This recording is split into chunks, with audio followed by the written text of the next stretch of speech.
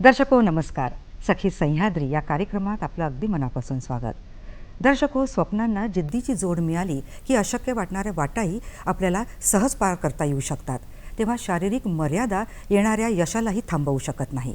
असाच जिद्दींच्या लाटांवर स्वार होऊन पुढे जाणारी ही कहाणी आहे दृष्टीहीन जलतरणपटूची आणि तिच्या प्रत्येक भरारीमागे खंबीरपणे उभ्या राहणाऱ्या त्यांच्या जीवनसाथीची. दर्शक हो, आज आपण आपल्या कार्यक्रमात अशाच एका दाम्पत्याला आमंत्रित केलेलं आहे. हे दाम्पत्य आहे विश्वविजेत्या पॅरा स्विमर कांचनमाला पांडे आणि त्यांचे पती विनोद देशमुख सर. कांचनमाला ताईंचा हा प्रवास संपूर्णपणे जाणून घ्यायचा आहे, शिवाय सहजीवनाची वाटचाल देखील जाणून घ्यायची आहे. कार्यक्रमाचं शीर्षक आपण घेतलं आहे एक अजिंक्य प्रवास. दोघांचं स्वागत करूया. नमस्कार. आणि तुम्हा दोघांचंही कार्यक्रमात अगदी मनापासून स्वागत आहे. धन्यवाद. कांचनमाला ताई, अगदी लहानपणापासून तर आजतागायत तुमचा हा स्पर्धेचा खेळाचा प्रवास सुरू आहे. या प्रवासात अनेक मेडल्स तुम्ही मिळवली, अनेक पुरस्कारांनी तुम्हाला सन्मानित करण्यात आलेलं आहे. शिवाय मातृत्वानंतर तुम्ही दमदारपणे पदार्पण या क्षेत्रात केलेलं आहे. ही अचिव्हमेंट तुमची तर वेगळीच. तुम्ही सद्यस्थितीमध्ये भारतीय रिझर्व्ह बँकेमध्ये क्लास 1 ऑफिसर या पोस्टवरही कार्यरत आहेत. म्हणजे इतक्या कमी वयात इतकं साध्य तुम्ही केलं आहे की खरंच कौतुक वाटतं आणि त्याचा आनंद तर तुम्हाला आहेच, अर्थात सर तुम्हाला सुद्धा आहे. पण जेव्हा तुम्ही अनेक मेडल्स भारत देशासाठी मिळवता तर कांचनमाला ताई किती अभिमान वाटतो आणि ही जी तुम्ही मेहनत करता त्या मेहनतीचं चीज झालं आहे असं वाटतं. काय सांगाल? एवढे मेडल्स मी देशासाठी मिळवलेले आहेत. आज ताग्यात माझा प्रवास सुरू आहे आणि गेले 26 वर्ष मी हा प्रवास करते आहे. नक्कीच खूप अभिमान वाटतो, कारण की एका म्हणजे डिस्ट्रिक्ट लेवलपासून इतक्या इंटरनॅशनल लेवलपर्यंत येणं आणि कंटिन्यू मेडल्स मिळवणं खूप म्हणजे खूप सगळं अवघड आहे आणि खूप सगळा प्रवास हा अप्स अँड डाऊन्सनी भरलेला होता. हो. त्यामुळे अभिमान खूप वाटतो की इथपर्यंत मी करू शकले. असे पण काही प्रसंग आले ज्याच्यामध्ये मी सोडू शकले असते. बरेचदा असं वाटलं की सोडून द्यावं, पण त्याच्यानंतरही मी ते कंटिन्यू केलं आणि त्याच्यामुळे खरंच छान वाटते की मी हे करू शकते आहे आणि अजूनही मी ते सुरूच ठेवलेलं आहे आणि करणारच आहे. आणि पुढेही भरपूर मेडल्स भारत देशाला मिळवून द्यायचे आहे. नक्कीच. विनोद सर, आपण काय सांगाल? कांचनमाला ताईंच्या या कामगिरीबद्दल काय भावना व्यक्त कराल? तिचं जर पाहिलं तर सुरुवातीपासून खूप स्ट्रगल आहे. म्हणजे वयाच्या 10व्या वर्षापासून तिने स्विमिंग सुरू केलं. त्यात ब्लाइंडनेसमुळे पुन्हा वडिलांच्या जॉबमुळे किंवा हे खूप टाईम दिवसभराचा वेळ काढून त्याच्यातून प्रॅक्टिस करायची. शाळेत जाऊन मग शाळेतून परत आल्यानंतर प्रॅक्टिस करायची. असं सगळं खूप हे होतं सुरुवातीचा. आणि नंतरचाही प्रवास तसाच की आता बँकेत स्वतः एक्झाम देऊन परीक्षा देऊन पास झाले आणि जॉब मिळवला. त्याआधी पण खूप अभ्यास करावा लागला. हो, म्हणजे कठीण परिस्थितीतून वर आले. सगळ्या कठीण परिस्थितीतून. आणि त्याच्यात पण मग स्विमिंग कंटिन्युअसली सुरू. मग त्याच्यात प्रॅक्टिसमध्ये पण खूप वेळा इंजुरीज वगैरे, ब्लाइंडनेसमुळे इंजुरी होतात. हो, त्या पण बऱ्याच वेळा व्हायच्या. त्याला पण टॅकल करून आणि हे सगळ्या गोष्टी हँडल करून सगळे हडल्स पार करून ते इथपर्यंत पोहोचलेली आहे. जसं तुम्हाला त्यांचा अभिमान आहे तसं संपूर्ण भारत देशाला त्यांचा अभिमान आहे. खास करून नागपूरकरांची शान तुम्ही वाढवलेली आहे. कांचनमाला ताई, तुमच्या या खेळाच्या प्रवासाविषयी जाणून घ्यायचं आहे. काय सांगाल? घरात तसं वातावरण होतं का? हो, म्हणता येईल असं. म्हणजे असं म्हणता येईल की खेळ माझ्या रक्तात आहे, कारण की माझे वडील नॅशनल लेवलचे हॉकी प्लेयर होते. त्याच्या आधी नव्हता खेळ, पण बाबा हॉकी खेळायचे आणि ऑल इंडिया लेवलला खेळल्यानंतर मग ते कोचिंग पण करायचे. बरं. आणि मग मी त्यांचं पहिलं मूल आणि त्याच्यात मी 100% ब्लाइंड असं त्यांना कळलं तेव्हा मग त्यांना माझी आई आणि वडील मेंटली खूप कोलॅप्स झाले. पण सुदैवाने जॉईंट फॅमिलीचा सपोर्ट फार होता. जॉईंट फॅमिलीमध्ये आम्ही राहायचो, त्यामुळे मग त्याच्यातनं माझे पेरेंट्स रिकवर झाले आणि मग हळूहळू कुठल्या तरी गेममध्ये हिला टाकायचं, कारण फिजिकली मी खूप वीक होती. बरं. तर त्याच्यासाठी मग मला स्पोर्ट्समध्ये टाकण्यात आलं. खरं तर करिअर वगैरे असा काहीच प्रकार नव्हता. त्यांना माहिती नव्हतं की ब्लाइंड कुठली म्हणजे ब्लाइंड मुलगी एखादी स्विमर बनू शकेल आमच्या घरातली, असं काहीच कल्पना नव्हती. बरं. पण मग जस्ट फॉर एक्सरसाइज त्यांनी मला स्विमिंगमध्ये टाकलं, कारण की बाबांना होतं ना, बाबा खेळाडू होते, त्यामुळे त्यांना वाटणारच की माझं मूल कुठल्या तरी गेममध्ये जायला पाहिजे. हो. तर मग मी 8च दिवसात स्विमिंग शिकले खरं टाकल्यावर. बरं. आणि माझ्या घरच्यांचं मला खूप प्रोत्साहन होतं. म्हणजे असं म्हणता येईल की माझ्या बाकीच्या सिबलिंग्सपेक्षा सगळ्यात जास्त लक्ष माझ्यावर देण्यात आलं. मला बाकीच्यांसारखंच ट्रीटमेंट देण्यात आलं. असं नाही की मी ब्लाइंड आहे तर मला काही कमी ट्रीटमेंट मिळेल, रादर मला चांगली स्पेशल ट्रीटमेंट मिळायची ब्लाइंडनेसमुळे. आणि मग ब्लाइंडनेसमुळे म्हणा किंवा मग सगळ्यांसारखं मिळायचं, तर त्याच्यामुळे मी ॲक्टिव्ह राहिली. म्हणजे अशी पॅसिव्ह मोडमध्ये मी कधीच नाही राहिली. बरं. आणि मग स्विमिंग जेव्हा सुरू केलं त्याच्यानंतर लगेच 8 दिवसातच स्विमिंग शिकले. तर माझ्या आजोबांचं पण याच्यासाठी आजी आजोबांचं पण प्रोत्साहन होतं. आणि सोसायटीतनं थोडाफार विरोध झाला, बट ठीक आहे, नंतर तो निवडला. हो. पण घरातला सपोर्ट मला खूप होता. हो. आणि पुढे मग आता करिअर याचंच घडलेलं आहे. प्रशिक्षण तुम्ही कसं घेतलं? काय प्रशिक्षणादरम्यान तुम्हाला आव्हानं आलीत? हे बघा, स्विमिंग कसं झालंय, अमरावतीला स्विमिंग मी जेव्हा स्विमिंग पूलला गेले, मी हनुमान व्यायाम प्रसारक मंडळात स्विमिंग शिकले. तिथे माझे कोच होते, बेसिक कोच मंगेश व्यवहारे, त्यांच्याकडे माझे बाबा मला घेऊन गेले. तर त्यांनी ते इझिली एक्सेप्ट केलं की ठीक आहे मी हिला शिकवतो. पण त्यांच्यासाठी हे चॅलेंज होतं, कारण तिथे कुठल्याच ब्लाइंड पर्सनला स्विमिंग शिकवलेलं नव्हतं आधी कोणी. बरं. पण त्यांनी ते इझिली एक्सेप्ट केलं आणि शिकवलं पण त्यांनी मला छान. तर त्यांना पण काही अडचणी आल्या असतील, मला पण आल्या, कारण की मला सगळं ऐकून आणि स्पर्शाच्या भरोशावर शिकावं लागलं. मी तर पाहू शकत नाही. हो. आणि स्विमिंग असा गेम आहे की जिथे जर का तुमचं थोडंफार काही रिस्क, म्हणजे ती जीवघेणी रिस्क आहे. हो. जर तुम्हाला नाही जमलं किंवा तुमची छोटीशी चूक तुमच्या जीवावर बितू शकते. याच्यात माझ्या घरच्यांची हिंमत की त्यांनी मला टाकलं, त्याच्यानंतर प्रशिक्षकांची हिंमत म्हणायला पाहिजे की त्यांनी ते चॅलेंज एक्सेप्ट केलं. आणि मी ज्या पद्धतीने पहिल्यांदा पाण्यात उडी घेतली, मला भीती नव्हती. बरं. पण त्याचं रिझन लोकांना हे वाटतं की हिला दिसत नाही म्हणून नसेल, पण असं नाही आहे. मला पाण्याची भीती पहिल्यापासूनच नव्हती, कारण आमच्या घरात एक टाकं होतं, मोठं पाण्याचे टाके असायचे आधी. आमची जॉईंट फॅमिली, अंगणात टाकं पाणी भरून ठेवायला, त्याच्यात मी ना उतरायची. आणि त्याच्यात मी म्हणजे जे काही लहान मुलं अशा खेळ खेळतात ते खेळायची, तर मला आवड होती पाण्याची. त्याच्यामुळे मी जेव्हा स्विमिंग पूलवर प्रोफेशनली स्विमिंग पूलवर गेली तेव्हा मला त्याची भीती नाही वाटली.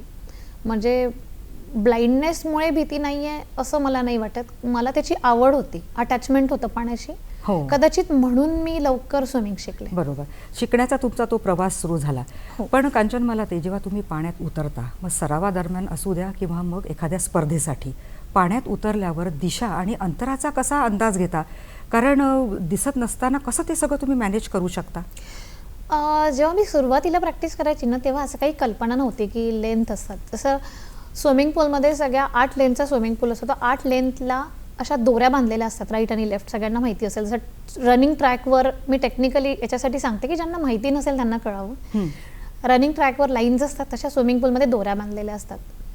तर त्या दोऱ्यांच्या मध्ये, 2 दोऱ्यांच्या मध्ये प्रत्येक स्विमरला स्विमिंग करावं लागतं, कारण डायरेक्शन मिस होऊ नये. मग त्याच्यामध्ये आम्ही स्विमिंग करतो. आणि जेव्हा मी भिंतीजवळ पोचते तेव्हा एक व्यक्ती तिथे उभा असतो, जो एक लॉंग असा रॉड असतो, त्या रॉडला एक स्पंज सारखा एक बॉल म्हणा किंवा जो सॉफ्ट असेल तो काहीतरी लावलेला असतो, आणि तो माझ्या डोक्यावर इथे टॅप करेल की भिंत आली आहे. म्हणजे भिंत आल्यापासून 1-2 मीटर लांब तो रॉड त्यांना माझ्या डोक्यावर किंवा पाठीवर मारायला लागेल की भिंत आली आहे. आणि मग मला माझी स्पीड मॅनेज करून टर्न किंवा फिनिश घ्यावा लागतो. त्याच्यामध्ये पण असं होतं की बरेचदा मी इंजर्ड होतो, मला पण बऱ्याच इंजरीज झालेल्या आहेत चेहऱ्यावर, आणखी कुठे कुठे. तर ते इंजरी होऊ नये म्हणून तो एक रूलच आहे इंटरनॅशनल स्विमिंगमध्ये, पॅरा स्विमिंगमध्ये, की त्या रॉडच्या हेल्पनी आम्हाला डायरेक्शन मेंटेन करायला मदत होते, भिंत हो. आली आणि तिथे. तुमची ही प्रशिक्षणाची दमदार अशी तयारी सुरूच होती आणि पहिली स्पर्धा कोणती तो अनुभव आम्हाला जाणून घ्यायचा आहे ना. मी स्विमिंग सुरू केलं मला वाटतं 2001 मध्ये. त्याच्यानंतर काय झालं, लगेच 2 महिन्यात मला माझ्या सरांनी सांगितलं की हिला कॉम्पिटिशनमध्ये उतरवायचं आहे. मला तर काही कळत नव्हतं कारण मी 10 वर्षांची होती. हो. बाबांना सांगितलं.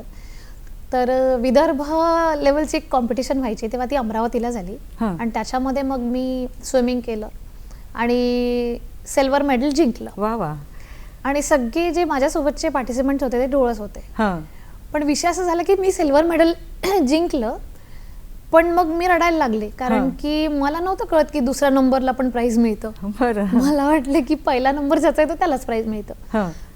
आणि सगळ्या लोकांना तेव्हा कळलं की ही ब्लाइंड आहे. तर ही खरं तर खूप मोठी गोष्ट होती की सगळ्या डोळस स्विमरमध्ये मी 2 महिन्यातच शिकले स्विमिंग आणि मी पार्टिसिपेट करते आणि मेडल जिंकते. हो. मग मी मेडल न घेता रडून रडून बाबांना घरी नेलं हां.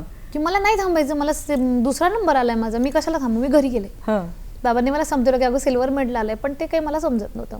मग दुसऱ्या दिवशी मी जेव्हा प्रॅक्टिसला परत त्याच पूलवर गेले मग माझे कोच थांबले होते की अरे कसं काय तुम्ही निघून गेले, सिल्वर मेडल घ्यायचं राहिलं. हां. मग त्यांनी मला प्राइज दिला. तर माझ्या कोचनी मला ते मेडल जेव्हा दिलं तेव्हा मला आनंद झाला की बाबा त्यांनी मला समजवलं बसून की अगं हो. दुसरा नंबर पण नंबरच असतो. हो. आणि मग मी जिंकले तेव्हा मला ती पहिल्यांदा फिलिंग आली की मी जिंकले. हो. मग त्याच्यानंतर माझा जो विदर्भानंतर मग मी स्टेट लेवलला क्वालिफाय झाले. हं. मग तिथून माझा प्रवास सुरू झाला आणि बरोबर. मग त्याच्यातल्या त्या अडचणी हो. की सगळ्या त्या डोळस लोकांच्या कॉम्पिटिशन आणि मग जेव्हा मी स्टेट लेवलला गेले हं. त्यांच्यासाठी ते नवलच होतं की कुठेतरी ब्लाइंड स्विमर येते आणि ते पण नॉर्मल लोकांसोबत क्वालिफाय सायटेड लोकांसोबत. हो. आणि स्टेट आणि इंटरनॅशनल लेवल तुम्ही अगदी लहान वयातच अचीव केलेली आहे. तर स्टेट आणि नॅशनल लेवलवरच्या कोणत्या स्पर्धा तुम्ही जिंकल्यात आणि त्या स्पर्धा कुठे झाल्यात? पहिली स्टेट लेवल मी सोलापूरला खेळली 2001 मध्येच. हं. खरं तेव्हा मला मी तिथे जेव्हा पोचले तिथे मला ते पार्टिसिपेटच करू देत नव्हते. ते म्हणायचे की असं कसं शक्य, ब्लाइंड आहे आणि काही झालं हिला पाण्यात तर आम्ही काही जबाबदारी घेऊ. हं. मग माझे कोच आणि माझ्या वडिलांनी त्यांना रिक्वेस्ट केली की ठीक आहे तुम्ही प्रॅक्टिसमध्ये बघा म्हणे हिला आधी. बरं. आणि माझा 200 मीटर बॅकस्ट्रोकचाच इव्हेंट होता, लॉंग इव्हेंट घ्यायची मी. हं. त्यांना विश्वास बसत नव्हता. मग त्यांनी प्रॅक्टिसमध्ये पाहिलं आणि मग त्याच्यानंतर मला एंट्री दिली. मी क्वालिफाय होऊन गेले होते बरं डिस्ट्रिक्ट आणि डिव्हिजन लेवलला सगळ्याला. बरं. तरी सुद्धा तिथल्या मॅनेजमेंटला ते पटत नव्हतं. मग प्रॅक्टिस केली, मी पाहिलं, मग ती स्टेट मी खेळली तेव्हा लोक अगदी उभे राहून टाळ्या वाजवत होते कारण त्यांना ते नवलच होतं सगळ्यांना की एक ब्लाइंड स्विमर डोळस लोकांसोबत स्टेट लेवलला पोहते. हो. तेव्हा मला वाटतं मी काहीतरी 5वी का 6वी आले. मग तिथून ती सुरू झाली आणि मग साईड बाय साईड ही डोळस लोकांसोबत आणि साईड बाय साईड मला कळलं की पॅरा स्विमर्ससाठी पण काही कॉम्पिटिशन्स होतात ज्या हो. डिसेबल्ड जे स्विमर्स असतात त्यांच्यासाठी पण होतात. मग त्याच्यासुद्धा मी स्टेट आणि नॅशनल त्या पहिल्याच वर्षी खेळले. म्हणजे मी क्वालिफाय झाले. ऑब्व्हियसली मी डोळस लोकांसोबत क्वालिफाय करते तर त्याच्यात तर करेलच. हो. इतका विश्वास होताच. तर मी ती पण स्टेट खेळले 2001 मध्ये लगेच back to back next month म्हणजे सप्टेंबर ऑक्टोबरचाच तो एक हे होता 2001चा. पहिल्यांदा नॅशनल खेळले त्याच्यामध्ये 1 गोल्ड आणि 2 ब्रॉन्झ मला मिळाले. बरं. म्हणजे पहिल्याच वर्षी मला शिकून आणि 3-4 महिनेच झाले होते. मग तो प्रवास असा सुरू झाला कंटिन्यू. मग मी प्रत्येक वर्षी स्टेट नॅशनल असं खेळत गेले आणि म्हणजे जिंकतच गेले. हो. आणि इतक्या लहान वयामध्ये तुम्ही अनेक रेकॉर्ड सुद्धा केलेले आहेत जे अजूनही तुमचे रेकॉर्ड्स करणं सुरूच आहे. बरं, आता विनोद सर तुमच्याकडे येते मी. तुम्ही कांचनमाला ताईंना सरावादरम्यान कशा पद्धतीने गाईड करता? कारण हे गाईड करणंही खूप महत्त्वपूर्ण ठरतं. हो. तर आता कंचनमालांनी सांगितल्याप्रमाणे जे टॅपर एक डिव्हाइस असतं म्हणजे स्टार्टिंग ब्लॉकला घेऊन जाण्यापासून आम्हाला हे करावं लागतं कारण स्पर्धेच्या वेळेस किंवा प्रॅक्टिसच्या वेळेस इंजुरी होणं खूप महागात पडू शकतं. हो.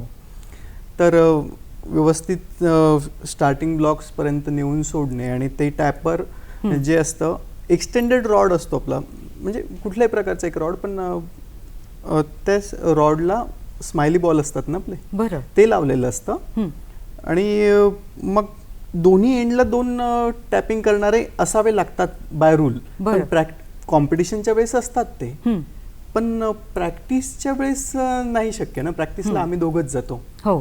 तर मग मी तिला स्टार्टिंग ब्लॉकला सोडतो आणि मग 50 मीटर धावत पळत तिथपर्यंत तिच्या आधी मला पोचायचं असतं दुसऱ्या एंडला. आणि तिथे टॅप भिंतीला धडकून इंजुरी होऊ नये म्हणून हो. तिथे जाऊन टॅप करावं लागतं की 2-3 मीटर अंतर ठेवून. हो, की म्हणजे आता अतिशय भिंत जवळ आली आहे, त्याला धडकायचं नाही. जबाबदारीची भूमिका तुमची आहे. हो. इथे थांबूया कारण ब्रेकची वेळ झालेली आहे. दर्शको, कार्यक्रमात घेऊया एक छोटासा ब्रेक. कुठेही जाऊ नका, पाहत राहा कार्यक्रम सखी सह्याद्री.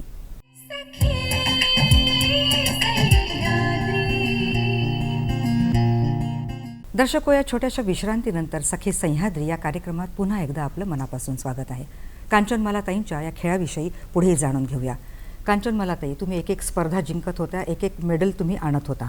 कमी वयात तुम्ही लिम्का रेकॉर्ड केलेला आहे. त्या स्पर्धेचा अनुभव आम्हाला आता जाणून घ्यायचा आहे. आमचे दर्शकही उत्सुक असतील हा अनुभव जाणून घेण्यासाठी, तर काय सांगाल? तो एक माझ्यासाठी सुद्धा एक अनुभव म्हणजे असा होता की विसरता येणार नाही. मी 11 वर्षांचीच होते. तर मी जेव्हा स्टेट नॅशनलमध्ये जिंकत होते तर माझ्या कोचला वाटलं की हिने सी स्विमिंग करावं. खरं तर मला त्याची अजिबात कल्पना नव्हती, खरं सांगते. मी फार अननोन होते. मला भीती वाटली ते ऐकून की समुद्रात पोहायचं आहे. तर त्याच्यासाठी मी म्हणजे मला जर का 7 किलोमीटरचं अंतर समुद्रात पोहायचं आहे 1 ते 1.5 तासात, तर मला त्याच्यासाठी 4 ते 5 तास स्विमिंग पूलमध्ये प्रॅक्टिस करायला लागणार. बरं. कारण की समुद्रातलं अंतर असं असतं ना, ते तुमच्या स्विमिंग पूल इतकं मापलं जात नाही, ते जास्ती असतं. कारण की झिगझॅग स्विमिंग होतं. जर का मी सरळ जाते आहे ते दिसणार सरळ, पण मी सरळ नाही जाणार, मी काहीतरी तिरपी जाणार. बरं. म्हणजे जर का मी 7 किलोमीटरचं पोत आहे तर मी 8-9 किलोमीटर तिकडे मी पोहणारच. हे प्रत्येक स्विमरच्या बाबतीत होतं. तर मग डेली 5 तास प्रॅक्टिस सुरू झाली, म्हणजे हळूहळू सुरू झाली ऑब्व्हियसली ती ग्रॅज्युअली. आणि मग भीती वाटायची. आणि आमच्या घरातल्या ज्या बायका होत्या त्यांची झाली रडापड सुरू समुद्रात कसं पाठवायचं पोरीला, तिला दिसत नाही, आणि समुद्रात कसं पाठवायचं. पण मग वडिलांनी समजवलं. मी पण तयार होते, भीती वाटत होती, पण म्हटलं ठीक आहे आता करूया. म्हणजे पुढे ते शांत झाले. हो, मग मी हट्टी होती फार की मला करायचं, मला समजवलं कोचनी वगैरे, तू करू शकतेस. मग ठीक आहे, तयार तर होणंच होतं कारण सगळी प्रिपरेशन झाली होती. मग तो विक्रम मला करायचा होता 1 मार्च 2002ला. बरं. पण तिथे आम्ही थोडे 1-2-3 दिवस आधी गेलो कारण की असोसिएशनचं अप्रुव्हल घ्यायचं होतं. तिथे गेल्यावर त्यांनी आम्हाला नाकारलं. म्हणे नाही, आम्ही शक्यच नाही समुद्रात ब्लाइंड पोरगी पोहोच देणार नाही, मेली बिली तर आम्ही काय करायचं. आणि हे शक्य होतं. तर मग माझे कोच आणि वडील एकदम हताश झाले. मग म्हटलं नाही, मला तर पोहायचंच आहे, कारण आता मन तयार करून गेल्यावर म्हटल्यावर पोहायलाच लागणार. मग आम्ही बॉन्ड लिहून दिला. मग त्यातनं एक वेआउट काढला की बॉन्ड लिहून दिला. आणि त्या बॉन्डवर असं लिहिलं की जर माझ्या जीवाला काही कमी जास्त धोका झाला किंवा काही नुकसान झालं तर त्याची जबाबदारी सर्वस्वी आमची. बरं. म्हणजे माझी आणि माझ्या बाबांची. तो बॉन्ड लिहून दिला. मग असोसिएशन रेडी झालं. 2 बोटी होत्या आमच्यासोबत. एका बोटीत सगळी ऑब्झर्वेशन टीम आणि कंटिन्यूस लाईव्ह कॅमेरा सुरू होते. आणि दुसऱ्या बोटमध्ये आमच्यासोबतचे जे काही पार्टिसिपंट होते त्याच्याच मध्ये काय होतं, ती कॉम्पिटिशन होते स्टेट लेवलची. त्याच्यामध्ये पूर्ण महाराष्ट्रातनं सगळे स्विमर्स येतात. तर त्याची वय मर्यादा होती 12 वर्ष कमीत कमी. मी होती 11 वर्षाची, त्याच्यात अंडर एज. तर त्यांनी मला केलं की एवढ्या गर्दीत एवढ्या सगळ्या हजारो स्विमर्स मध्ये जर का ही पोहेल तर हिला नुकसान होईल, म्हणून त्यांनी आदल्या दिवशी मला ते करायला लावलं, सेपरेट सोलो इव्हेंट. बरं. मग आम्ही त्याच्यासाठी तयार झालो की ठीक आहे. त्यांनी त्यांच्यासोबत मला नाही पोहू दिलं. त्यांची पूर्ण करायची वेळ होती 1 तास 15 मिनिटं. म्हणजे मिनिमम क्वालिफाईंग टायमिंग जो होता तो होता 1 hour 15 minutes. हा मुलांसाठी होता. हा बरं. मुलींसाठी थोडा जास्ती होता. तर मला माहिती नव्हतं की किती वेळात पोहायचं. मग मी आदल्या दिवशी पोहले आणि त्याच्यामध्ये होतं की जर मला कोणी हात लावेल तर मी डिस्क्वालिफाय होणार, कारण कंटिन्यू कॅमेराज लाईव्ह सुरू होते. हो. मग मी पोहत होते. माझ्यासोबत माझे कोच जे होते मंगेश व्यवहारे सर, ते मला डायरेक्शन देत होते. तर तो मोठा कठीण अनुभव होता. आदल्या दिवशी मी थोडीफार प्रॅक्टिस केली. आता तिथे कसं समुद्रात खारं पाणी आणि स्विमिंग पूलची प्रॅक्टिस, पाय टेकायला काही नाही. मग ते जरा सुरुवातीला कठीण वाटलं. नंतर मी ऍडजस्ट झाली. ते 7 किलोमीटरचं अंतर होतं, सँक्रॉक टू गेटवे ऑफ इंडिया. मग मी पोहत गेले. बरं. आणि नॉनस्टॉप पोहत गेले. मध्ये मध्ये असंही झालं की लाटांमध्ये एकदा अडकले. म्हणजे असं झालं होतं म्हणतात, मला नाही माहिती पण सांगतात कोचेस आणि माझे बाबा पण, की चारीकडनं लाटा आणि त्या वेव्हच्या ह्याच्यामध्ये मी अटकली. त्याला करंट म्हणतात ते लोक. त्या करंटमध्ये मी अटकले. म्हणजे मला ना पुढे जाता येत होतं ना मागे, सगळीकडनं लाटा येत होत्या. तर मी तेव्हा रडायला लागले की असं का होतंय. मला काहीतरी जाणवत होतं की काहीतरी विचित्र होतंय. फार अशी उचलल्या जाते मी वरती आणि पुढे जाता येत नाहीये. तो एक 10 मिनिटं चाललं. बरं. तेव्हा जर का मी अवसान गाळले असते तर मला सांगितलं होतं की जर तुला खूप त्रास झाला तर हात वर करायचे, आम्ही तुला बोटीत उचलून घेऊ. म्हणजे मी पूर्ण माझा ज्या इव्हेंटचा सत्यानाश आणि इव्हेंट संपून जाईल हां. मला ते माहिती होतं. त्यामुळे मला ते करायचं नव्हतं. मला सारखं डोक्यात येत होतं की बाबांनी एवढी मेहनत घेतली, कोचनी एवढी मेहनत घेतली, मी प्रॅक्टिस केली आहे, मला ते पूर्ण करायलाच लागणार. 10-1 मिनिटांनी मी त्यातनं बाहेर निघाले आणि कंटिन्यू पोहत गेले आणि तिथे मग फायनली मी काठावर पोचले. बरं. तेव्हा सगळे लोक असे उभे होते आणि माझं स्वागत करत होते आणि नंतर मग म्हणजे असोसिएशनचे जे मेंबर्स होते त्यांच्यासाठी फार ते आश्चर्य होतं की मी जे अंतर पूर्ण केलं होतं ते 1 तास 14 मिनिटात केलं होतं. बरं. म्हणजे जी वेळ 1 तास 15 मिनिटं होती त्याच्या 1 मिनिट आधीच मी आले होते. आणि अशा रीतीने तो रेकॉर्ड लिमका झाला. रेकॉर्ड झाला. कारण हां. भारतात अजूनपर्यंत कुठल्याच ब्लाइंड व्यक्तींनी आणि इतक्या अंडर एज असताना सुद्धा कोणीच केला नव्हता आणि अजूनही तो रेकॉर्ड ॲज इट इज आहे, तो तोडलाच नाही कोणी. आणि कांचन, मला ते जो पाण्यातला थरारक संघर्ष असेल, वेगाने चेहऱ्यावर येणाऱ्या लाटा, शिवाय पाण्यातले मासे, म्हणजे खूप अवघड झालं असेल तुम्हाला आणि त्यातून तुम्ही पुढे निघालात. Yes. काय विचार मनात घेऊन तुम्ही पुढे गेलात? हेच की हे सगळं मेहनत मी केलेली आहे ती पाण्यात जाऊ नये. हो. म्हणजे आता मी पाण्यात आहे तर मला ते पाण्यात पूर्ण करायचंच आहे, अदरवाईज ते सगळं वाया जाईल. आणि मी फार म्हणजे हट्टी होती, जिद्दी होती हं. की मला जे करायचं ते मी पूर्ण करणारच, मग कशाही परिस्थितीत. तेव्हा मी वॉमिट केल्या, खारं पाणी तोंडात जाणार, उलट्या केल्या हो. आणि त्रास व्हायचा, माझ्या डोळ्यात पाणी गेलं, ते खारं पाणी खूप झोंबतं. 11 वर्षाची होती, खूप छोटी होती हो, मी, हो. काही तेव्हा कळत नव्हतं. आणि But इतक्या लहान एवढं होतं की ते पूर्ण वयामध्ये- करायचं. आणि या लहान वयामध्ये तुम्ही हा रेकॉर्ड केला, हो. तर किती आनंद झाला तेव्हा? छान वाटायचं. हं. शब्दात नाही सांगतात पण छान वाटायचं. बरोबर. कारण तुमच्या स्पर्धेत भाग घेणं आणि शिक्षणही सुरू होतं कांचनमालाताई, आणि सगळं तर तुम्हाला अचीव करायचं होतं आणि शिक्षणही पूर्ण करायचं होतं. मग हे शिक्षण आणि स्विमिंग कसा तो बॅलन्स साधत गेला पुढे? जेव्हा मी मग हे सगळं केलं ना, त्याच्यानंतर मला जिंकायची मग हळूहळू सवय झाली हं. आणि माझा कॉन्फिडन्स वाढत गेला की आता तर आपल्याला जिंकायचं आहे आणि अभ्यासही आहे. आपण हो. भारतात राहतो, आपण दुसऱ्या कंट्रीजमध्ये राहत नाही की जिथे फक्त स्विमिंग केलं तर माझं होईल. ते मला माहिती होतं की अभ्यास करायलाच लागणार आणि अभ्यासात ओके होती, जेमतेम होती, म्हणजे फार हुशारही नव्हती आणि ढही नव्हती मी. हं. मग मी काय सकाळी प्रॅक्टिसला जायची, संध्याकाळी प्रॅक्टिसला जायची आणि मध्ये शाळा आणि रात्री घरी आल्यावर मग मला वाचून दाखवायचे. माझे जॉईंट फॅमिली असल्यामुळे काय मला सपोर्ट होता, माझे हो. बहीण भाऊ कझिन्स आणि आई बाबा पण. आई तर बिचारी करूनच थकून जायची घरातलं काम.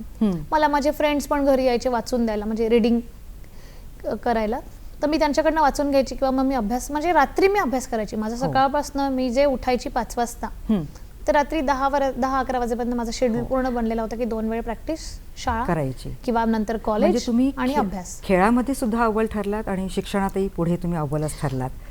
आता विनोद सर, तुमच्याकडे येते मी. थोडंसं आता खेळाचं बाजूला ठेवून सहजीवनाच्या वाटचालीवर आपण थोडं बोलूया. कांचनमालाताईंशी पहिली भेट केव्हा झाली, तो अनुभव जाणून घ्यायचा आहे. हां, खूप मजेशीर अनुभव आहे तो. 2011ला आमची अकोलामध्ये एक शिबिर होतं, त्याच्यात भेट झाली. बरं.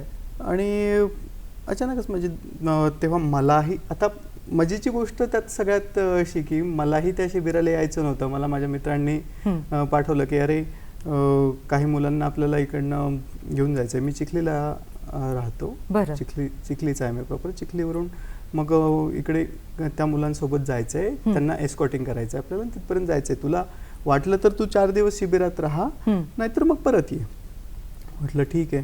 तर मग मी रात्रीला तिथून निघालो आणि मग इथे अकोल्याला पोचलो शिबिरामध्ये. मग सकाळी म्हणजे 2 दिवस, 4 दिवसापैकी 2 दिवस तर आम्ही दोघांनी एकमेकांना भेटलेलो नव्हतो. बरं. पण अचानक काय झालं, हिला दुसऱ्या कोणाचा तरी नंबर हवा होता, फोन नंबर, आणि हिने मला नंबर मागितला. बरं. चुकून. तर मग मी दिला. बरं. मग असं काहीतरी गोंधळ झालेला होता तेव्हा. पण जेव्हा तुम्ही पहिल्यांदा कांचनमालाताईंशी भेटलात तर कुठला गुण सर्वात अधिक त्यांच्यातला आवडला तुम्हाला? नाही, मी इन्स्पायर झालो होतो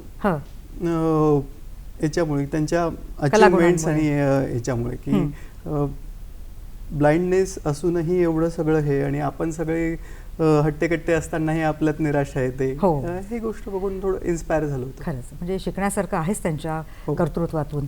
इथे थांबूया, ब्रेकची वेळ झालेली आहे. दर्शको, कांचनमालाताईंनी जिंकलेल्या स्पर्धेंबद्दल पुढेही जाणून घेऊया, पण इथे थांबूया आणि घेऊया एक ब्रेक. भेटूया लगेचच.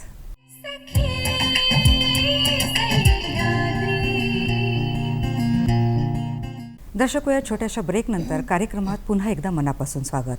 एक अजिंक्य प्रवास या शीर्षकाअंतर्गत पॅरास्विमर कांचनमाला पांडे आणि विनोद देशमुख सर आपल्यासोबत उपस्थित आहेत. या दाम्पत्याशी छान पद्धतीने संवाद सुरू आहे. ब्रेकवर जाण्याआधी सहजीवनाच्या वाटेविषयी आपण बोलत होतो. हा प्रश्न पुढे घेऊया. विनोद सर, सहजीवनाचा तो जो प्रवास सुरू झाला तुमचा, त्याविषयी जाणून घ्यायचं आहे. पुढे मैत्रीचं रूपांतर लग्नात झालं आणि ही वाटचाल सुरू झाली, तर काय सांगाल? तर मग त्याच्यात हळूहळू अट्रॅक्शन वाढत गेलं मला. पहिले तर एक इन्स्पिरेशन आणि मग अट्रॅक्शन वाढत गेलं. मग त्याच्यात हळूहळू प्रेम झालं, हे होत गेलं. आणि मग असा एक द्विधा मनस्थितीत होतो मी की नेमकं खरंच आपण याला न्याय देऊ शकणार आहे का? आपण काय म्हणजे ब्लाइंडनेस आणि हे आणि आपलं तिचं एवढं अचिव्हमेंट आणि आपण त्यांच्यासमोर काहीच नाही आहे असं जर का बघितलं तर मग खरंच एवढं हे होणार आहे का? पण मग मी तिला भेटल्यापासनं खूप टॅली केलं, खूप विचार केला आणि विचारांती मग म्हटलं नाही, एकदा जर का आपण हे केलंय तर मग, आणि मैत्री वाढत गेली. आमचं तसं बोलणं होत होतं, रोज बोलणं होत होतं. तर मग त्याच्यातनं अंदाज येत गेला की समोरच्या मनात काय असेल. बरं. कांचनमाला ताई आधीच प्रेमात पडल्या होत्या की काय? तर मग विचार कर, पण मग म्हटलं एकदा बोलून बघूया. तर मग बोललो आणि असंच बरोबर मी 42 दिवसानंतर प्रपोज केला होता. बरं. हां. तर कांचनमाला ताई, तुम्हाला सरांमधला कुठला गुण आवडला? कसे मॅडम, मी जेव्हा त्यांना भेटले ना, ती एक अशीच हे होती की अचानक जेव्हा तसं त्यांना यायचं नव्हतं तसं मलाही यायचं नव्हतं त्या प्रवासात, म्हणजे त्या शिबिराला. मी पण अचानक जबरदस्तीने आणली गेली होती आणि 2 दिवसांनी आम्ही भेटलो कोइन्सिडेंटली. आणि मग तेव्हा तर मैत्रीच झाली. मग हळूहळू बोलण्यामधनं प्रेम झालं आणि मला ना त्यांच्यातली एक सिम्प्लिसिटी आवडली. खूप इनोसन्स त्यांच्यामध्ये होता, अजूनही आहे. त्याचा अनुभव मला येत असतो आणि त्या इनोसन्सला मी हे केलं, कारण की मी एवढं प्रवास केलेला आहे, एवढी फिरली, तर मी खूप प्रकारच्या लोकांमध्ये वावरली. तर मला तो इनोसंट पर्सन आणि असं एकदम क्लिक होऊन जातं ना काहीतरी, की हाच व्यक्ती आहे जो आयुष्यभर आपल्याला हवा आहे. मग ते कळलं आणि मग त्यांनी जसं प्रपोज केलं तर मी माझ्या अडचणी पुढे ठेवल्या की एवढं सोपं नाही आहे प्रेम, ठीक आहे, बट आयुष्यभर निभावणं, कारण त्यांनी डायरेक्टली लग्नासाठीच प्रपोज केलं. बरं. हो. आयुष्यभर निभावणं एवढं सोपं नव्हतं. माझ्यातल्या ज्या कमी गोष्टी म्हणजे ड्रॉबॅक्स होते ते मी गिनवले. ते म्हणले की सगळं मला माहिती आहे, सगळ्यांचा मला सगळंच मी विचार केलेला आहे, तरी मला निभवायचं. म्हटलं ठीक आहे, आपण रिलेशनशिपमध्ये राहूयात, कळेल. पण तरी ते आणखी स्ट्रॉंग होत गेलं. बरं. आणि मग त्याचं रूपांतर लग्नात झालं. हो. आता किती वर्ष झाली आहेत सहजीवनाला? सहजीवनाला मॅडम मी 2015 मध्ये एकत्र आलो. त्याच्या आधी आम्ही आमचं करिअर केलं. बरोबर. आणि आता 11 वर्ष झाली सोबत राहून असं म्हणता येईल, पण रिलेशनशिपला जास्ती झालेत. बरं. आणि काय संवाद असतो, कुठल्या गोष्टी तुमच्यामध्ये बोलण्याच्या ओघाने येत असतात? नॉर्मल असतं. बरं. सगळं नॉर्मल असतं. आणि पारडं कोणाचं जड असतं? नाही मॅडम, हा उत्तर नाही देता येणार. अवघड आहे हा प्रश्नाचं उत्तर देणं. मग तू मेमे तरी होत असावी, माझं ऐक. कुठे नाही होत. हो. सगळ्यांमध्येच होते मॅडम. आणि ऍक्च्युली सगळंच गोड असलं तर कसं बरं वाटेल. आणि ते सगळं चालतं आणि तो एक पार्ट ऑफ लाईफ बनून गेलेला आहे ना, त्या गोष्टींशिवाय करमतही नाही. हो. आणि नवरा बायकोचं नातं संत्र्याच्या फोडीसारखं आंबट गोड असावं. आम्हाला एकमेकांशिवाय खूप जास्त करमत नाही, खूप लांब आम्ही राहू शकत नाही, पण सोबत राहिलं की मग ती तुतुमय होणारच. आणि तुम्ही तुमचं करिअरही पुढे नेत आहात आणि सरांची भक्कम साथ तुम्हाला यामध्ये आहे. प्रत्येक भरारी मागे खंबीरपणे साथ सरांची आहे. आता तुमच्या खेळाकडे पुन्हा वळूया. तुम्ही स्टेट लेवल जिंकलात, नॅशनल लेवल जिंकलात आणि प्रत्येक खेळाडूचं स्वप्न असतं की इंटरनॅशनलमध्ये उतरावं आणि तेही तुम्ही खूप कमी वयात त्या मॅचेसमध्ये उतरलेले आहात. तर इंटरनॅशनल स्पर्धेचा प्रवास जाणून घ्यायचा आहे. किती स्पर्धा तुम्ही जिंकलात आणि कोणते मेडल्स तुम्ही मिळवलेत भारत देशासाठी? मॅडम, मी 2006ला पहिली इंटरनॅशनल खेळले आणि अजूनपर्यंत माझ्या जवळपास माझा एक 20 वर्षांचा इंटरनॅशनलचा प्रवास आणि जवळपास 20 एक इंटरनॅशनल झाले आहेत माझ्या. प्रत्येक वर्षी एक तुम्ही असं काउंट करू शकता. पहिली इंटरनॅशनल माझी होते कॉमनवेल्थ गेम, ज्याच्यासाठी मी क्वालिफाय झाले होते. भारतातनं एकमेव ब्लाइंड स्विमर होते मी. आणि तेव्हा मी होते 10वीत. तर माझं 10वीचं वर्ष, मग त्याच्यातही जायचं का नाही जायचं, 2 असे पक्ष पडले. काही लोक म्हणायचे जा, काही लोक म्हणायचे नको जाऊ, तो 10वीचं वर्ष आहे. मग फायनली तो कॉल मलाच घ्यायचा होता की क्वालिफाय झाली तर जायचंच आहे. मग मी ज्या दिवशी एक्झाम त्या दिवशी माझी फ्लाईट, मेन एक्झामच्या दिवशी, मग मी ड्रॉप केली एक्झाम आणि गेले कॉमनवेल्थला. आणि तिथे गेल्यावर मला कळलं की 71 देशांमध्ये तिचे आपल्या 71 देशांचं पार्टिसिपेशन असतं कॉमनवेल्थला. ती कॉमनवेल्थ होती तेव्हा ऑस्ट्रेलियामध्ये मेलबॉर्नला. तिथे गेल्यावर कळलं की त्या 71 देशांमध्ये पण मी एकटीच ब्लाइंड स्विमर आहे. बरं. आणि मग ते फार असं हे होतं की बाबा एवढ्या नॉर्मल लोकांसोबत, सायटेड लोकांसोबत मी एकटी ब्लाइंड स्विमर आणि क्वालिफाय होऊन येते. त्याच्यामध्ये तसं क्वालिफाय झाल्याशिवाय येता येत नाही त्या कॉम्पिटिशनमध्ये. आणि मग तिथून माझा खरा इंटरनॅशनलचा प्रवास सुरू झाला. तिथेही मी काहीतरी मला आठवत नाही 6वी होते मी तिथे. बरं. पूर्ण कॉमनवेल्थ लेवलला माझ्या इव्हेंटमध्ये. तर खूप छान अनुभव होता तो. पहिली इंटरनॅशनल होती. आणि मग त्याच्या दुसऱ्या वर्षी मी 10वी दिली आणि 10वीत डिस्टिंक्शन घेऊन 75% पास झाले. बरं. तर सारखंच माझ्या अभ्यासाचं आणि स्विमिंगचं बॅलन्स मी परत बनवलं. आणि प्रत्येक वर्षी मग त्याच्यानंतर लगेच एशिया पॅसिफिक गेम होती त्याच वर्षी. त्याच्यात मी क्वालिफाय झाले 10वीत असतानाच. कारण ती 10वी मी दुसऱ्या वर्षी म्हणजे कंटिन्यू केली ना. हो. तर 2006 मध्येच मार्चमध्ये कॉमनवेल्थ आणि नोव्हेंबरमध्ये एशियन गेम. हो. त्याच्यात मी पार्टिसिपेट केलं आणि त्याच्यामध्ये पहिल्यांदा मला सिल्वर मेडल मिळालं. त्याच्यातली गंमत अशी होती की मग भारतातल्या सगळे इव्हेंट होऊन गेले, शेवटी इव्हेंट माझा होता. बरं. सगळ्यांना अपेक्षा होती की हिने तरी गोल्ड मेडल आणायला पाहिजे. मग तो इव्हेंट जेव्हा मी केला तर माझ्यासोबत 2-3 चायनीज पार्टिसिपंट्स, बाकी कोणी सिंगापूर, व्हिएतनाम, सगळ्या अशा कंट्रीजमधनं. तर तो इव्हेंट मी असा केला, पूर्ण माझी ताकद पूर्ण झोकून दिली. आणि इव्हेंट जेव्हा पूर्ण केला तेव्हा माझ्या तळपायामध्ये आग लागली होती, अशी बर्निंग सेन्सेशन येत होती. इतकी ताकद मी सगळी झोकून दिली आणि आल्यावर मला कळलं की मी गोल्ड मेडल मिळवलंय. मग चायनीज पार्टिसिपंट्सला मागे सोडून मी ते मेडल मिळवलं. अचिव्हमेंट झाली तुमच्यासाठी ती. म्हणजे अगदी माझे कोच वगैरे मला घेऊन नाचले छातीशी उचलून. तर ते फार मोठा तो एक अचिव्हमेंट, म्हणजे इंटरनॅशनल लेवलला पहिलं इंटरनॅशनल मेडल, ते पण गोल्ड. बरोबर. ते खूप मोठं तुमचं जिद्दीचं कौतुक, तुमच्या कर्तृत्वाला सलाम आहे कांचनमालाताई. तसंच तुम्ही वर्ल्ड चॅम्पियन ठरलेले आहात. त्या स्पर्धेचा अनुभव आम्हाला जाणून घ्यायचा आहे. किती मिनिटात ते तुम्ही, किती सेकंदाने ते स्पर्धेतलं मेडल आपल्या नावावर केलं, कसा अनुभव होता? मेक्सिकोला झाली होती ती वर्ल्ड चॅम्पियनशिप 2017 मध्ये. हां. त्याच्या आधी असं झालं की तिथे सप्टेंबरमध्ये ती होणार होती आणि अचानक आम्ही दिल्लीला गेलो, आमची फ्लाईट होती आणि 2 दिवसाआधी आम्हाला कळलं की तिथे अर्थक्वेक झाला, खूप मोठा अर्थक्वेक झाला आणि ती कॉम्पिटिशन पोस्टपोन झाली. मग ते डिसेंबरमध्ये. दिल्लीवरनं आम्ही परत आलो, परत 2-3 महिने प्रॅक्टिस केली. तर तो एक प्रॅक्टिससाठी मला चांगला वेळ मिळून गेला आणखी. हो. आणि मग डिसेंबरमध्ये जेव्हा मी कॉम्पिटिशनला गेली तेव्हा माझे 3 इव्हेंट होते. पहिल्या 2 इव्हेंटमध्ये तर नाही, 4थ्या रँकवर आले मी. पण इंडिव्हिज्युअल मिडले हा एक इव्हेंट असतो ज्याच्यामध्ये 50 meter backstroke, 50 meter breaststroke, 50 meter freestyle आणि 50 मीटर बटरफ्लाय असे 4 स्ट्रोकही करावे लागतात. आणि खूप टफेस्ट इव्हेंट आहे तो स्विमिंगमधला. बरं. त्या इव्हेंटमध्ये आता काय असतं, लिस्ट आमच्याकडे पहिलेच आलेली असते प्रत्येकाकडे की कोणाचा काय टायमिंग आहे. त्यामुळे माहीत होतं की गोल्ड मेडल येऊ शकतं. बरं. जर मी आणखी चांगला टायमिंग दिला तर आदल्या रात्री ज्या दिवशी तो इव्हेंट होता त्याच्या आदल्या रात्रभर मी झोपले नाही. विनोद होते माझ्यासोबत. मी रात्रभर विनोदलाही झोपू दिलं नाही. मी एवढी टेन्शनमध्ये होते की मला रात्रभर तो इव्हेंट व्हिज्युअलाइज होत होता की मी नेक्स्ट डे कसा करेल. मग त्याच्यामध्ये चान्सेस असे होते की मी टेन्शनमध्ये येऊन त्या इव्हेंटचं नुकसानही करू शकले. बरोबर. कांचनमालाताई, हाच अनुभव आपण ब्रेक नंतर जाणून घेऊया, कारण ब्रेकची वेळ होते. दर्शको, या दाम्पत्याशी पुढेही अशाच गप्पा मारूया, पण इथे थांबूया, घेऊया कार्यक्रमात एक ब्रेक. भेटूया लगेचच.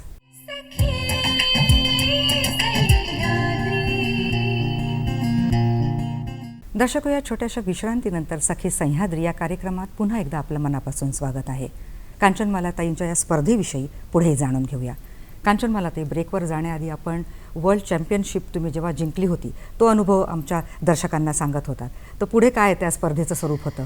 मग जेव्हा तो इव्हेंट मी पूर्ण केला, रात्रभर मी व्हिज्युअलाइज केलं आणि जेव्हा इव्हेंट पूर्ण केला आणि म्हणजे इव्हेंटला गेले आणि त्याच्या आधी जस्ट माझा 100 मीटर ब्रेस्टस्ट्रोकचा इव्हेंट होता आणि 200 मीटर इंडिव्हिज्युअल मेडले त्याच्यानंतर. तर तो जेव्हा इव्हेंट मी म्हणजे पूर्ण फोकस जे मी आदल्या रात्री व्हिज्युअलाइज केलं तशाच पद्धतीने पूर्ण फोकस केलं आणि तो इव्हेंट पूर्ण केल्यानंतर मला कळलं की गोल्ड मेडल आलंय. भारतासाठी गोल्ड मेडल मी वर्ल्ड चॅम्पियनशिपला दिलं. हो. कारण वर्ल्ड चॅम्पियनशिपमध्ये अजूनपर्यंत एबल किंवा डिसेबल्डमध्ये कोणालाही अजूनपर्यंत स्विमिंगमध्ये मेडल नाही आहे, कुठलंच म्हणजे मेडल नाही आहे. ते तुम्ही मिळवून आणि दाखवलं. ते मी गोल्ड मेडल मिळवून दाखवलं. तर तो इतिहास रचला गेला हे मला नंतर कळलं की ते हिस्ट्रीच झाली आहे, भारताच्या इतिहासामध्ये कोरल्या गेलेली आहे की पहिलं गोल्ड मेडल भारताला मी दिलं. हो. कांचन, मला ती स्पर्धा सांगा ना, किती सेकंदाने तुम्ही जिंकलात? काय मनात विचारांची घालमेल होती? ती मला वाटतं 3 मिनिटं 56 सेकंदांनी मी जिंकले ते. बरं. आणि खूप म्हणजे जिंकल्यानंतर तो एक वेगळाच अनुभव होता की देशाचं नॅशनल अँथम वाजतंय, पूर्ण हो. स्टेडियम आपल्यासाठी उभं राहतंय. एक वेगळाच अनुभव होता तो, शब्दामध्ये म्हणजे सांगता येणार नाही, पण फार रोमांचकारी अनुभव होता. आणि घालमेल अशी होती की इंडिव्हिज्युअल मेडलेमध्ये डिस्क्वालिफाय व्हायचे खूप चान्सेस आहेत. थोडीशी माझी छोटीशी चूक मला पूर्ण त्या याच्यामध्ये डिस्क्वालिफाय करू शकली असती.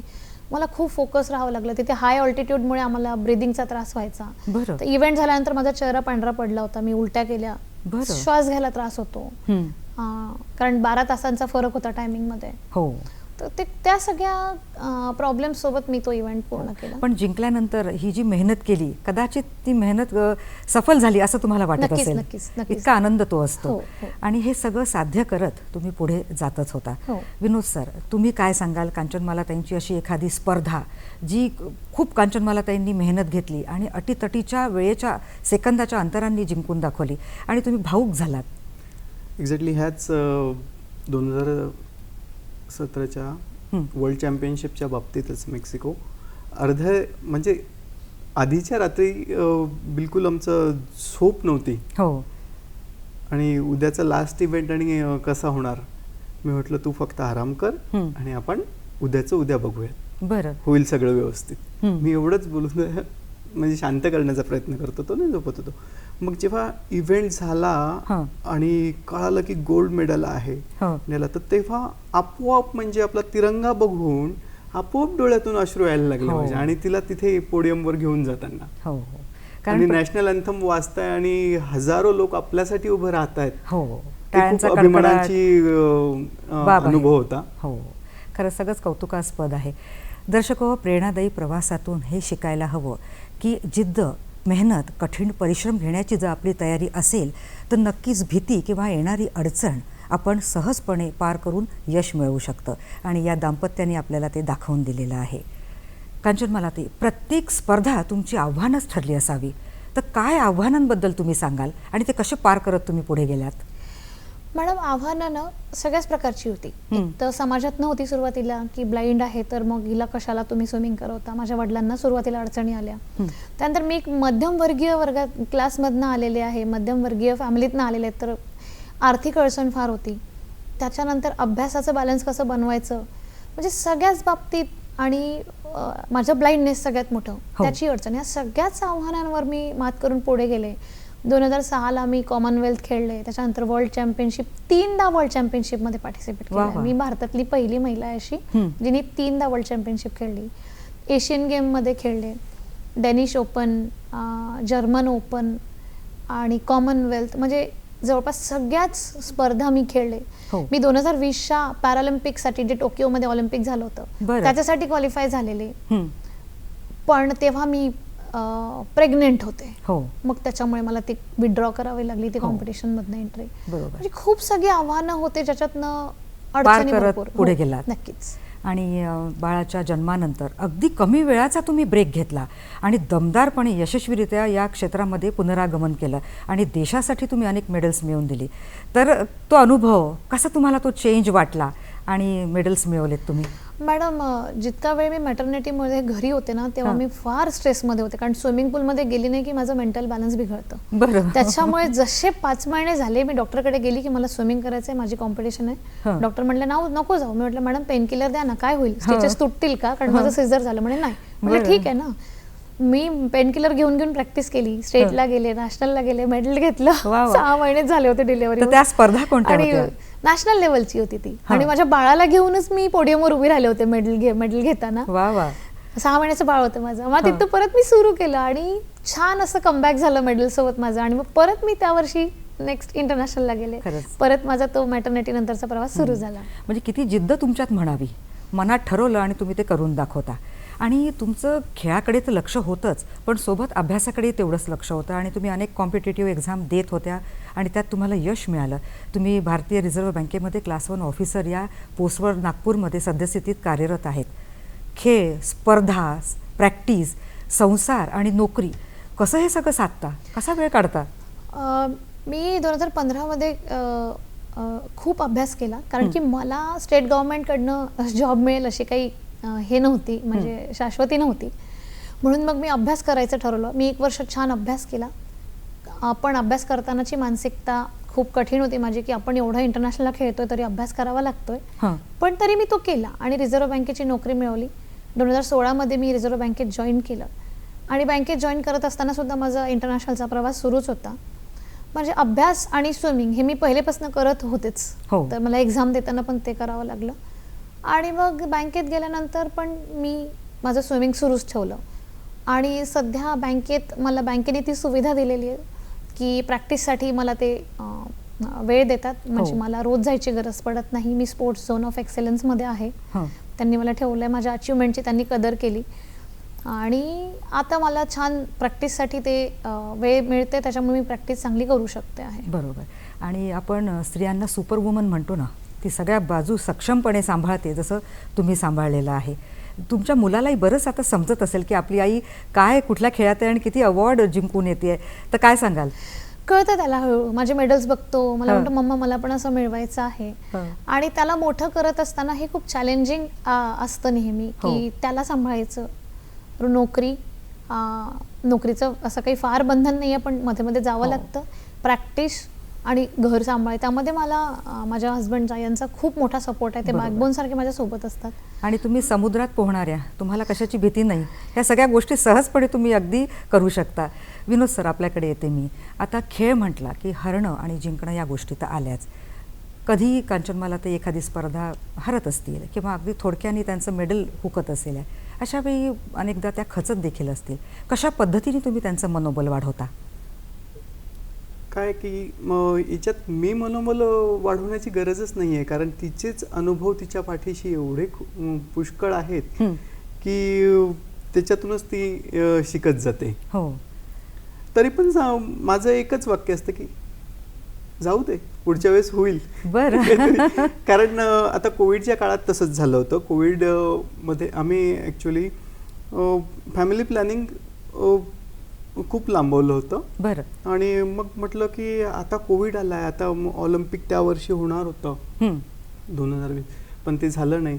तर मग कोविडमध्ये सगळं हे होतं. मग तेव्हा फॅमिली प्लॅनिंग केलं, तर त्यानंतर असं कळलं की ऑलिम्पिकला क्वालिफाय झालं.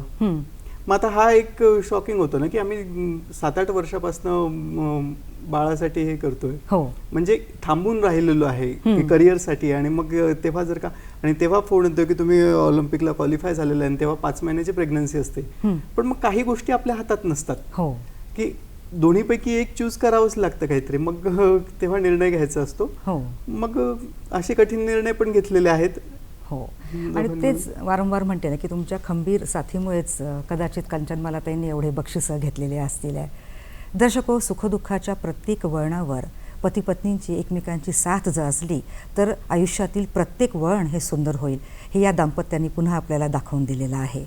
दर्शको, कांचनमाला ताई आणि विनोद सरांचा हा सहजीवनाचाही प्रवास पुढे जाणून घेऊया, पण घेऊया एक ब्रेक. भेटूया लगेचच.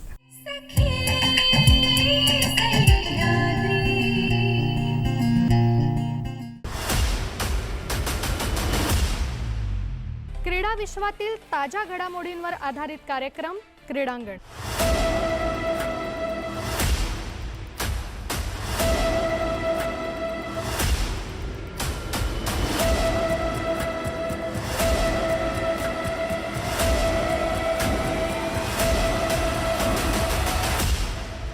क्रीडांगण प्रसारण दर मंगळवारी रात्री 8:30 आणि पुन्हा प्रसारण दर बुधवारी दुपारी 1:30 फक्त सह्याद्री वाहिनीवर. जगभरात देशभरात दररोज असंख्य घटना घडत असतात, पण बातम्यांच्या या भडीमारात खरंच लक्षात काय राहतं? फक्त काय घडलं इतकंच नाही, तर त्यामागचं वास्तव, त्याचा परिणाम आणि त्याचा नेमका अर्थ समजून घेणंही तितकंच महत्त्वाचं. म्हणूनच बातम्या प्लस अचूक माहिती, सखोल विश्लेषण आणि स्पष्ट दृष्टिकोनासह महत्त्वाच्या घडामोडींचा सर्वंकष वेध. फक्त बातम्या नाहीत, तर त्यामागचा अन्वयार्थ उलगडण्याचा प्रयत्न. बातम्या प्लस. दर बुधवारी रात्री 8:30 वाजता फक्त आपल्या सह्याद्री वाहिनीवर.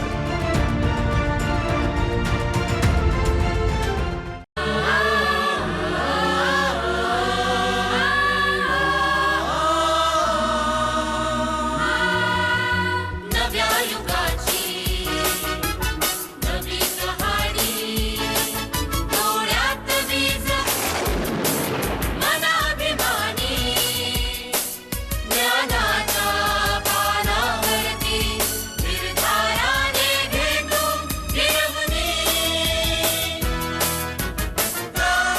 कायद्याचा कायदेशीर माहिती देणारा कार्यक्रम क कायद्याचा दर सोमवारी रात्री 9 वाजता फक्त आपल्या दूरदर्शनच्या सह्याद्री वाहिनीवर.